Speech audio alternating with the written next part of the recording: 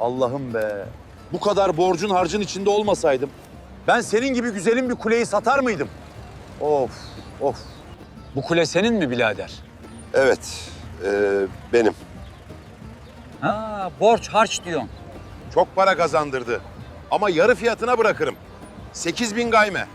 Çok dedim be. Azıcık in. Sen dürüst adama benziyorsun. 6500. Allah senden razı olsun. Verdim gitti. Ha birader. Bu kule sağlamdır değil mi? Taş gibi birader. Tapusu da bende. Al birader. Tapusu bu. Allah razı olsun birader. Vallahi büyük iş yaptık. Bulgur kazanı olan kazanı herkes sever.